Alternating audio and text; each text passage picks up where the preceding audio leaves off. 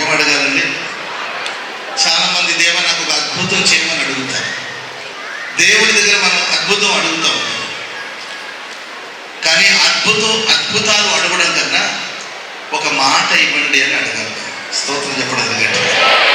ఎందుకంటే భూమి ఆకాశాలు గతించిపోవచ్చేమో కానీ దేవుని మాటలు ఎన్నటికీ గతించవు, మారదు. రంగు లేదు, రుచి లేదండి, వట్టి మంచినీళ్ళు. యేసు ప్రభు ఒక మాట చెప్పాడు, రాతి బాధలో నీళ్లు నింపండి, ముంచి తీసుకెళ్ళి వడ్డించమని మాట చెప్పాడా లేకపోతే రంగు కలిపాడా? ఒక మాట మాత్రమే చెప్పాడు. ఆ మాట రంగు లేని నీళ్ళకి రంగు తెచ్చింది, రుచి లేని నీళ్లకు రుచిని తెచ్చి నీళ్ళే ద్రాక్షరసంగా మారిపోయింది. చెప్పండి కూడా మొదలు.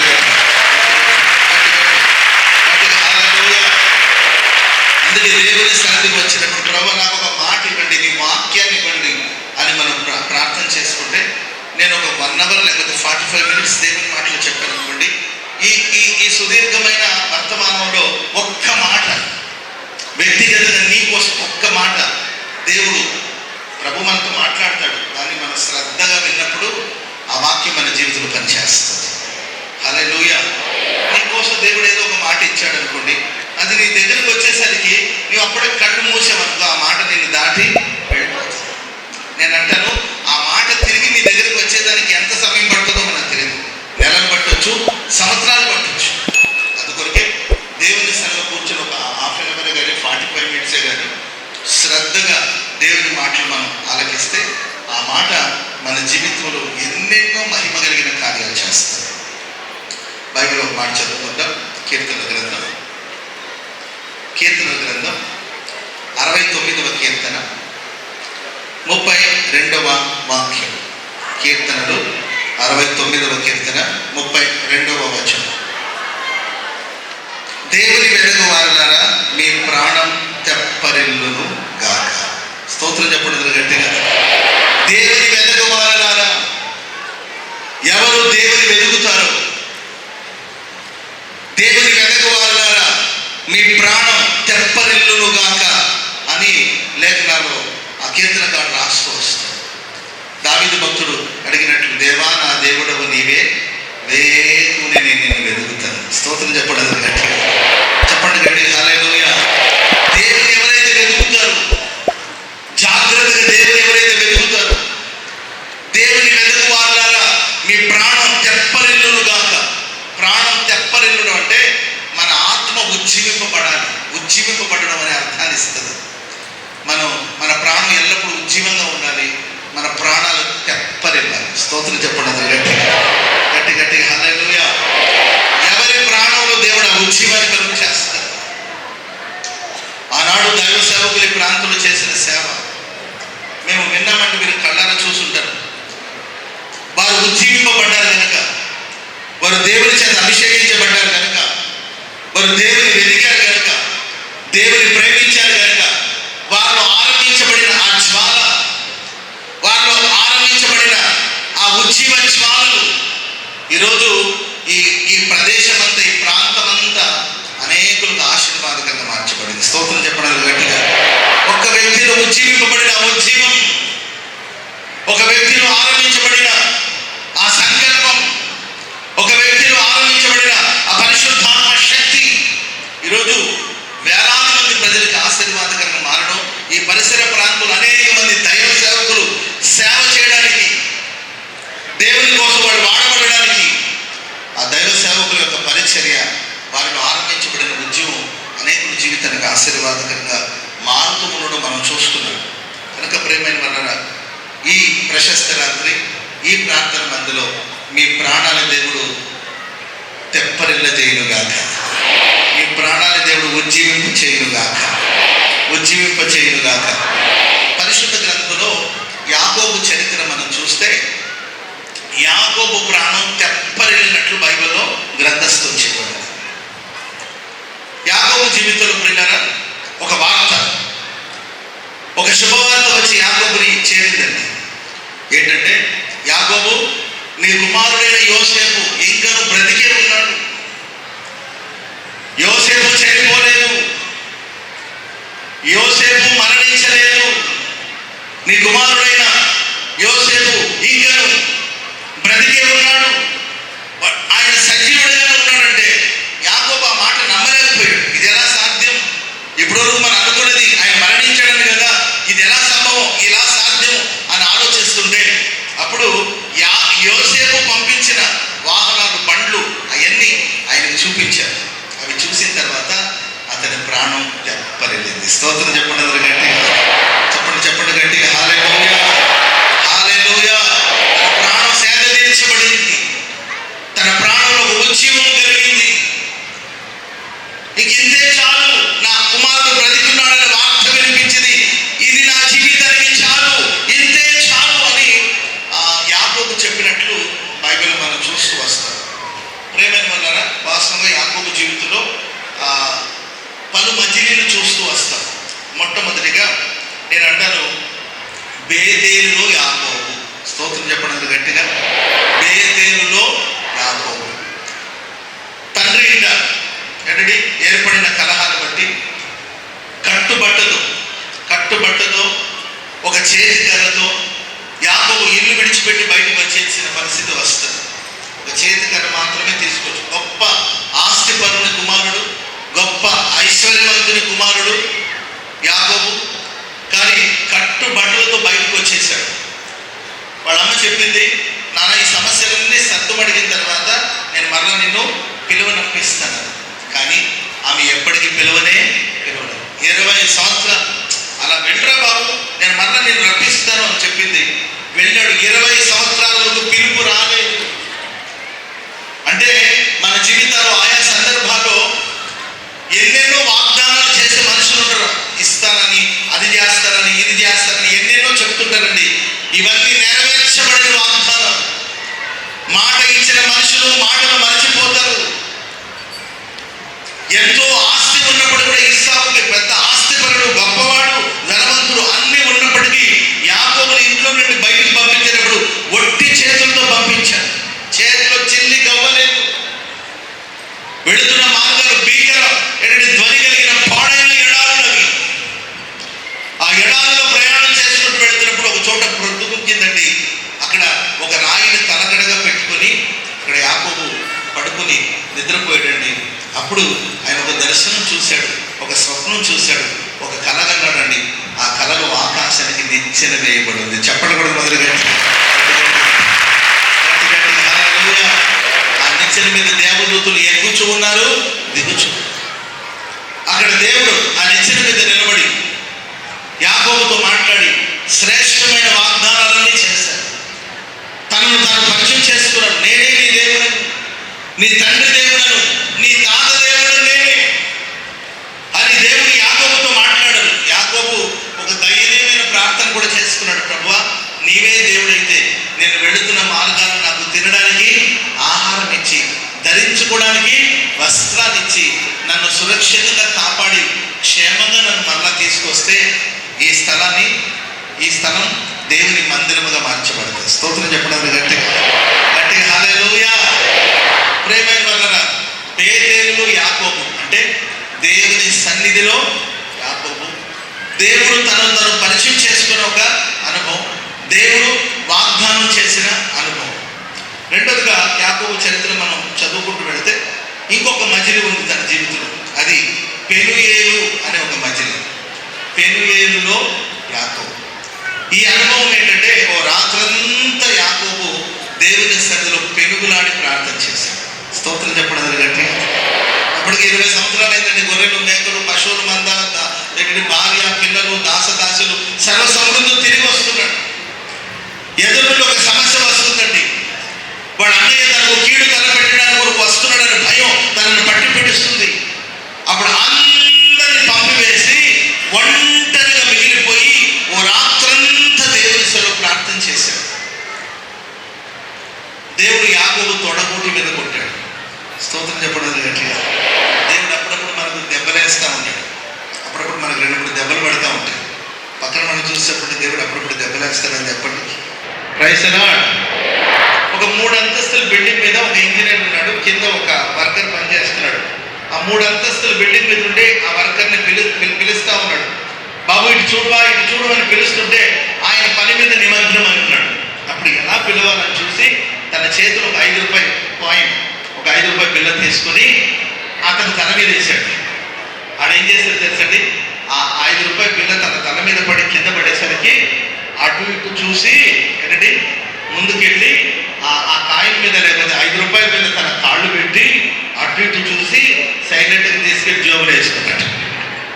ఆ పైన వరే దరిద్రుడా, నువ్వు పైన చూస్తావని కదరా నీ మీద 5 రూపాయలు వెళ్ళేసాను అని చెప్పి ఈసారి ఇంత రాయి తీసుకుని తల మీద వేశాడు. వెంటనే ఎవడ్రా వాడో అన్నాడు. అంటే మన జీవితాల్లో దేవుడు మనల్ని ఆశీర్వదిస్తూ ఉంటే ఆశీర్వాదాలంతా మన ఖాతాలో వేసుకుని ఆయన వైపు చూడడం మనం మానేస్తాం. అందుకే దేవుడు అప్పుడప్పుడు 1-2 రాళ్ల దెబ్బలు పడుతూ ఉంటాయి. ఆ దెబ్బ తగిన ప్రతిసారి మన దేవుని వైపు చూస్తూ ఉంటాం. చప్పట్లు కూడా దేవుడు ప్రభు నిన్ను శ్రమ పెడుతున్నాడంటే, నిన్ను శ్రమల గుండా నడిపిస్తున్నాడంటే, నీకు నిందలు, అవమానాలు, ఆపదలు వస్తున్నాయంటే నిన్ను బాధించడానికి కాదు, నిన్ను నాశనం చేయడానికి కాదు, నిన్ను ఇబ్బంది కొలిమిలో ఉంచి నీకు నష్టాన్ని కలిగించడానికి కాదు. హృదయపూర్వకముగా దేవుడు ఎవరికి బాధను కలుగు చేయడు, హృదయపూర్వకముగా ఎవరికి నష్టాన్ని కలుగు చేయడు. ఆయా సందర్భాలు శ్రమలు, ఆపదలు వస్తున్నాయంటే మన కన్నులు ఆయన వైపు చూడాలి. స్తోత్రం చెప్పండి గట్టి, చెప్పండి గట్టి హల్లెలూయా. ఆకాశమందు ఆశీనుడా నీ తట్టు నేను కనులెత్తి చూస్తాను. ఆమేన్. దైవజనులు ఏసన్ గారు చెప్తా ఉంటారు. ఏసన్ గారు కూడా పూర్వ దినాలు చాలా సంవత్సరాల క్రిందట ఆయనకి ఆహారం కూడా లేని రోజు, ఒక 2-3 రోజులు భోజనాలు ఉండేది కదంట. అలాగే ప్రయాణం చేసేవారు ఏసన్ గారు. ఓ రోజు ఒక తల్లి ఒక గ్రామంలో ఆయనకి పరిచయం అయ్యి, బాబు నీవు అచ్చం నా కుమారుడిలాగే ఉన్నావు, మా అబ్బాయిలాగే ఉన్నావు, కనుక నీవు ఎప్పుడైనా ఈ ఊరు వస్తే మా ఇంటికి రానాయన, నేను నీకు మంచిగా వంట చేసి పెడతానని ఆ తల్లి చెప్పుకుండేదంట. ఒకసారి ఆ మార్గాన్ని వెళుతున్నప్పుడు ఏసన్ గారికి ఆ తల్లి చెప్పిన మాట గుర్తుకొచ్చి 2 రోజుల నుండి అన్నం తినలేదండి. సరే అమ్మ ఉంటుంది కదా, ఆమె వండి పెడతానని చెప్పింది కదా అని అప్పుడు వాళ్ళ ఇంటికి వెళ్ళడం జరిగింది. దూరం నుండి చూస్తే ఇంటికి ఇంత పెద్ద తాళం కప్పేశారండి. తాళం వేసి పెట్టారు. దగ్గరికి వెళ్ళి చూశారు, నిజం తాళం వేశారు. పక్కింటి వాడిని అడిగారంట, అమ్మ ఉండాలి కదా, ఎక్కడికి వెళ్ళారంటే అయ్యా ఊరు వెళ్ళినట్టుంది, ఎప్పుడు వస్తారమ్మా అంటే వచ్చేదానికి ఒక వారం రోజు పట్టొచ్చు. చాలా ఆకలిగా ఉందంట ఏసన్ గారికి. అప్పుడు ఏసన్ గారితో మనసులో అనుకున్నారంట, అరే ఈ తల్లి ఏదో నాకు ఆహారం పెడతారంటే ఇంటికి వచ్చాను అని వెళుతున్నప్పుడు మనసులో తన ఆత్మలో ఒక స్వరం వినపడుతుందంట, దేవుని స్వరం. ఏసన్నా నీవు మనుషుల వైపు చూస్తున్నావా, నా వైపు చూస్తున్నావా? నేను పిలిచింది నేనా, మనుషులా? నీకు ఏదైనా అవసరాలైతే నీవు నా వైపు చూస్తున్నావా, మనుషుల వైపు చూస్తున్నావా అని అంటే ఇప్పుడు ఏసన్ గారు చాలా ఏడుపు వచ్చి ప్రార్థన చేస్తున్నాడు, ప్రభు నన్ను క్షమించండి, నేను మనుషుల వైపు కాదు నీ వైపు చూడాలి, పొరపాటైంది ప్రభు అని. అప్పుడే రాశారు, కలవరపడి కొండల వైపు నా కన్నులే,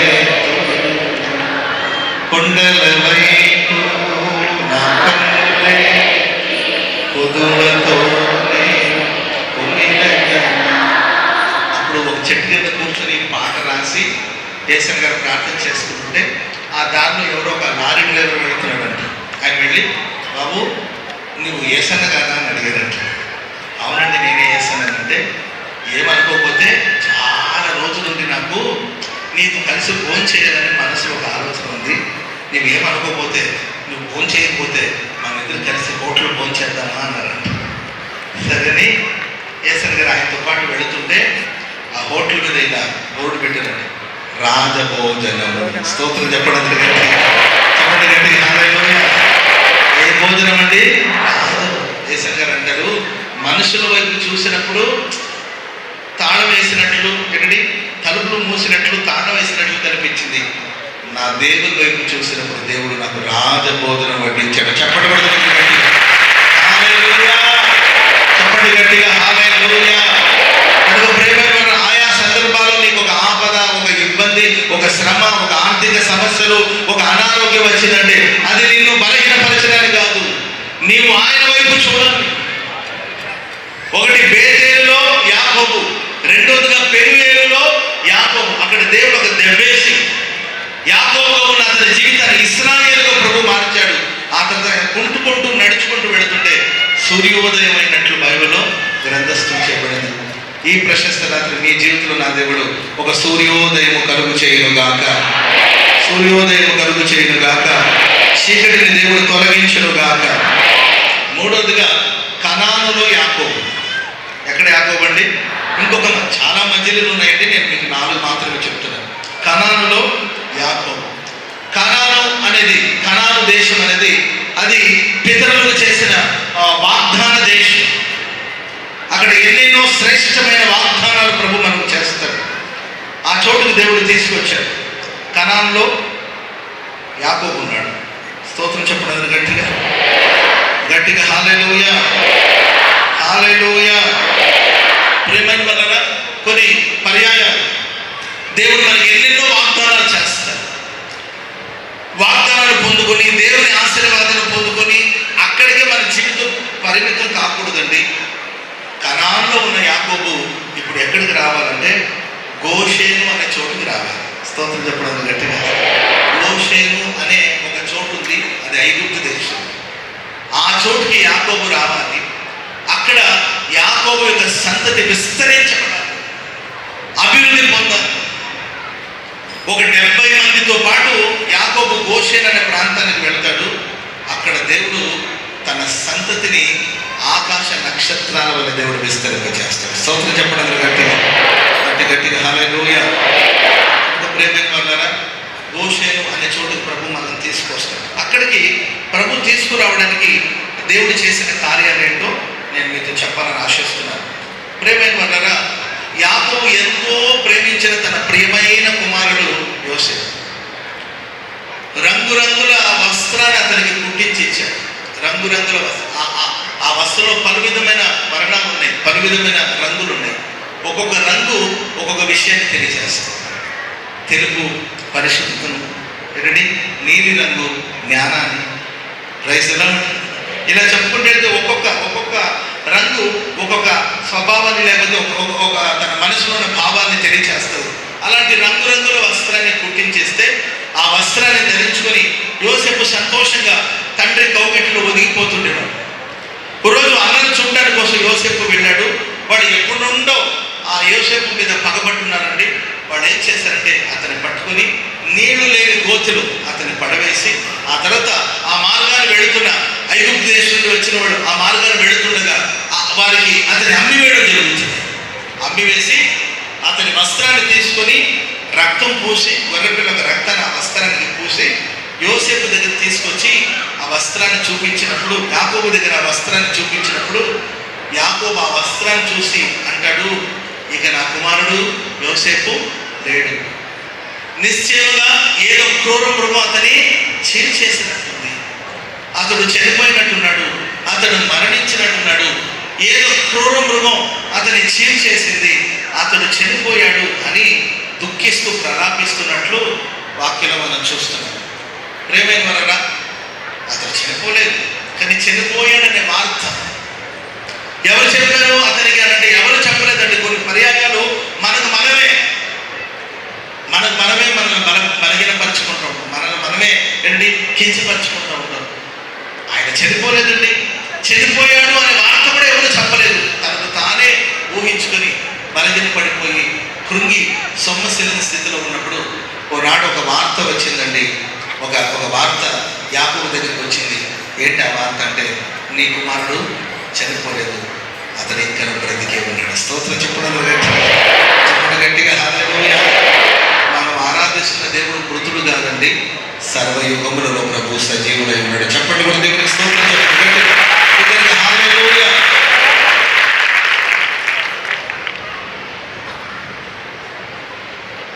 మనం చనిపోయిన యేసుని ఆరాధించట్లేదు, మనం సజీవుడైన దేవుని ఆరాధిస్తున్నాం.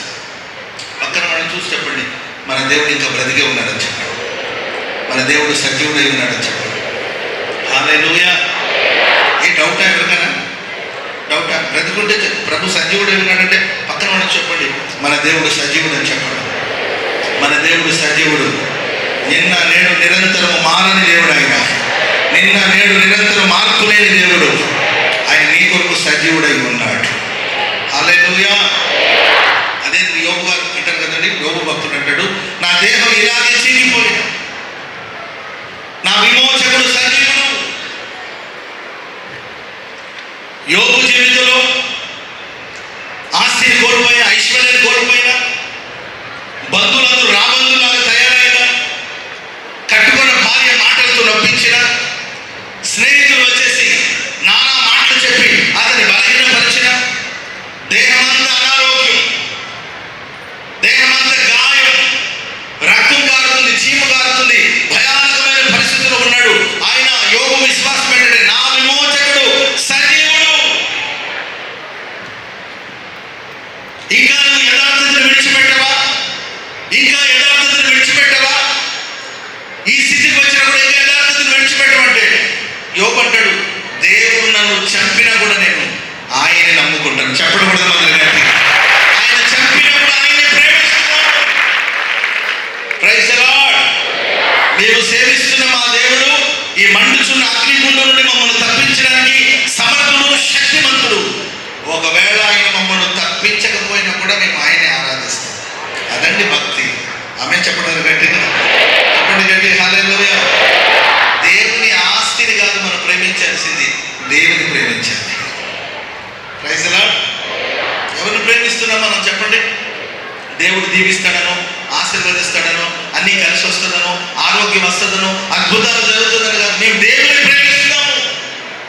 ఆయన దీవించినా ప్రేమిస్తాం, ఆయన దీవించకపోయినా ప్రేమిస్తాం. మా ప్రేమలో మార్పు లేదు. Praise the lord. చెప్పండి గట్టిగా హల్లెలూయా. నా దేహం ఇలాగే చీకిపోయినా నాకు ఏ బాధ లేదు. ఎందుకంటే ఈ మట్టి దేహం మట్టిలో కలిసిపోయినా మహిమ కలిగిన దేహంతో నా ప్రభు నేను చూస్తాను. ఆమె చెప్పడం గట్టిగా గట్టిగా హల్లెలూయా. కనుక దేవుడు బిడ్డలు, మన దేవుడు సజీవుడు. ఓ వార్త యాకోబు దగ్గరికి వచ్చింది. ఏంటంటే యోసేపు ఇంకా బ్రతికే ఉన్నాడు, యోసేపు ఇంకా జీవిస్తూనే ఉన్నాడు. ఎవరైతే అపోహలో బ్రతుకుతారో వాళ్ళ మనసు సొమ్మసిల్లిపోతుంది, వాళ్ళ జీవితాల్లో వాళ్ళు కృంగిపోతూ ఉంటారు. దేవుడు బతుకున్నాడనే వార్త మన ప్రాణాన్ని దెబ్బరిల్ల చేస్తుంది. మార్టిన్ లూథర్ గారు ఉన్నారండి. చరిత్ర చదివితే సేవలు చాలా చాలా పోరాటాలు ఉంటాయి. సేవ అనేది అంత తేలికేం కాదు. ఎన్నో పోరాటాలు, సేవలు, ఆ శ్రమలో, ఆ పోరాటాలు, ఆ దైవజనుడు సాగిపోతున్నప్పుడు ఒకరోజు ఆయన బాగా కృంగిపోయి, చాలా కృంగిపోయి, అన్నపానాలు పుచ్చుకోకుండా, భోజనం చేయకుండా అలా మౌనంగా కూర్చుండిపోయాడు. పాస్టర్ గారి భార్య వచ్చి ఆయన ఎంత ప్రోత్సహించినా ఆయన ఉత్సాహంగా సేవల ముందుకు వెళ్ళలేకపోతున్నాడు. అప్పుడు ఆమె ఏం చేసిందంటే నల్లటి దుస్తులు ధరించుకొని, నల్లటి వస్త్రాన్ని ధరించుకొని వచ్చి నిలబడిందండి. మామూలుగా ఆ వెస్ట్రన్ కల్చర్లో మనుషులు చనిపోతే అందరూ నల్లటి బట్టలు ధరించుకుంటారు, అందరూ బ్లాక్ డ్రెస్ వేసుకుంటారు. మన ఊర్లో అంటే చెప్పాల్సిన అవసరం లేదు. లుంగిలో ఉన్నాడు లుంగిలోనే వచ్చేస్తాడు, నైటీలో ఉన్నాడు నైటీలోనే వచ్చేస్తారు. అది వేరే విషయం అనుకోండి. సరే, నల్లటి దుస్తులు ధరించుకొని వచ్చి నిలబడితే అప్పుడు వెంటనే మార్టిన్ లూథర్ గారు చూశానంట, ఎందుకు నల్లటి దుస్తులు ధరించుకున్నాం? ఎవరు చనిపోయారు సంఘంలో ఎవరైనా మరణించారా అంటే అప్పుడు ఆవిడ చెప్పారంట, యేసు ప్రభు చనిపోయాడు. ఎవరు చనిపోయారు? యేసు ప్రభు చనిపోయారంటే పిచ్చిదానిలా మాట్లాడుతున్నావా? యేసు ప్రభు చనిపోవడం ఏంటి? ఆయన ఎందుకు చనిపోతాడు? నిజమే, ఆయన చనిపోయాడు, సమాధి చేయబడ్డాడు, 3వ దినమున పునరుద్ధానుడై తిరిగి లేచాడు. ఆయన సజీవుడు కదా అంటే అప్పుడు ఆ తల్లి చెప్పిందంట, భార్య చెప్పిందంట, ఆయన సజీవుడు అని నీవు తెలుసుకున్నప్పుడు ఎందుకు దిగులు పడుతున్నావు? మనం ఆరాధిస్తున్న దేవుడు సర్వయుగములలో సజీవుడై ఉన్నాడు. ఈ సమస్యలన్నింటి నుండి మనల్ని విమోచిస్తాడు, విడిపిస్తాడు, రక్షిస్తాడు. హల్లెలూయా. ఇంకా జీవము గల దేవుని మనం ఆరాధిస్తాం. జీవము కలిగిన దేవుని సంఘము అని బైబిల్లో మనం చూస్తాం. ఈ సంఘము జీవము కలిగింది. ఎందుకంటే సజీవుడైన దేవుని మనం ఆరాధిస్తున్నాం. ఈ రాత్రి సొమ్మసిల్లిన స్థితిలో ఉన్నావా? ఏదో మాట, ఏదో పరిస్థితులు నిన్ను కృంగదీసిందా? దేవుని కోసం వాడబడలేకపోతున్నావా? దేవుని కోసం నిలబడలేకపోతున్నావా? సంతోషంగా బ్రతకలేకపోతున్నావా? కలవరాల మధ్యలో బ్రతుకుతున్నావా? కన్నీటి మధ్యలో కాపురం చేస్తున్నావా? 4 గోడల మధ్యలో కన్నీరే అన్నపానముగా మిగిల్చబడి కృంగి కృషించిపోతున్నావా?